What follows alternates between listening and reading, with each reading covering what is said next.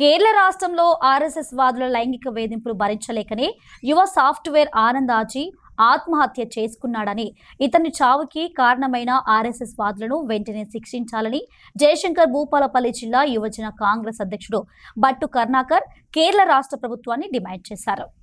తెలంగాణ రాష్ట్ర యూత్ కాంగ్రెస్ అధ్యక్షులు జక్కిడి శివచరణ్ రెడ్డి ఆదేశాల మేరకు జయశంకర్ జిల్లా కేంద్రంలోని ప్రధాన కూడలి వద్ద యూత్ కాంగ్రెస్ జిల్లా అధ్యక్షులు బట్టు కర్ణాకర్ ఆధ్వర్యంలో ఆనంద్ ఆజీపై లైంగిక వేధింపులకు పాల్పడ్డ ఆర్ఎస్ఎస్ నాయకుల దిష్టిబొమ్మను దహనం చేశారు.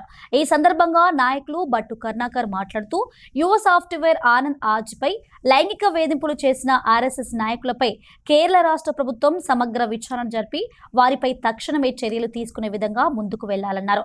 అంతేకాకుండా వారి కుటుంబానికి కేరళ రాష్ట్ర ప్రభుత్వం అండగా ఉంటూ వారిని ఆదుకోవాలని కోరారు. మరి నిన్న ఏదైతే యువ సాఫ్ట్వేర్ ఆనంద్ ఆజీ పై కొంతమంది ఆర్ఎస్ఎస్ నాయకులు గత 20 సంవత్సరాల నుండి నన్ను లైంగికంగా వేధింపులకు గురి చేస్తూ మానసిక వేదనకు గురి చేస్తూ అనేక రకాలుగా ఇబ్బందులకు గురి చేయడం వల్ల నేను ఈరోజు ఆత్మహత్య చేసుకుంటున్నానని స్వయంగా తానే ఒక ఇన్స్టాగ్రామ్లో పోస్ట్ చేయడం జరిగింది. ఈ ఆనంద్ ఆజీ అనే వ్యక్తి వారి యొక్క తండ్రి కూడా ఆర్ఎస్ఎస్లో ఒక క్రియాశీలక పాత్ర పోషించిన వ్యక్తే.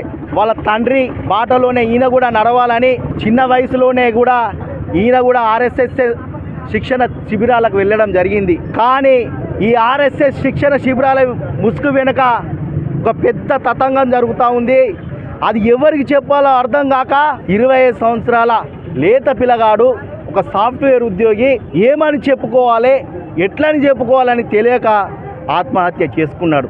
ఈరోజు నేను ఆర్ఎస్ఎస్ నాయకులను అడుగుతున్నా, మేము దేశం కోసం ధర్మం కోసం అనే మాటలు చెప్పే ఆర్ఎస్ నాయకులు ఈరోజు ఏం చేస్తున్నారు? తెర ముసుగు వెనుక ఏం చేస్తున్నారంటే ఒక యువ సాఫ్ట్వేర్ పైన లైంగిక వేధింపులకు గురి చేయడం.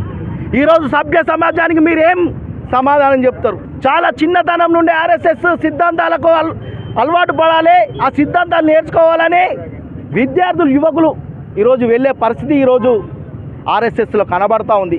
ఇలా మీరు లైంగిక వేధింపులు చేయడం వల్లనే ఆనంద్ ఆజీ అనే వ్యక్తి చనిపోయాడు. కాబట్టి వెంటనే అక్కడ ఉన్నటువంటి కేరళ ప్రభుత్వం ఎవరైతే ఈ యొక్క ఆనంద్ ఆజీ ఉన్నాడో ఆయన చావుకు కారణమైనటువంటి ఆర్ఎస్ఎస్ నాయకులు ఎవరున్నా కూడా, ఆ ఆర్ఎస్ఎస్ చీఫ్ ఉన్నా కూడా ఆయనను బయటకు తీసి శిక్షించే విధంగా కేరళ ప్రభుత్వం ముందుకు వెళ్ళాలి.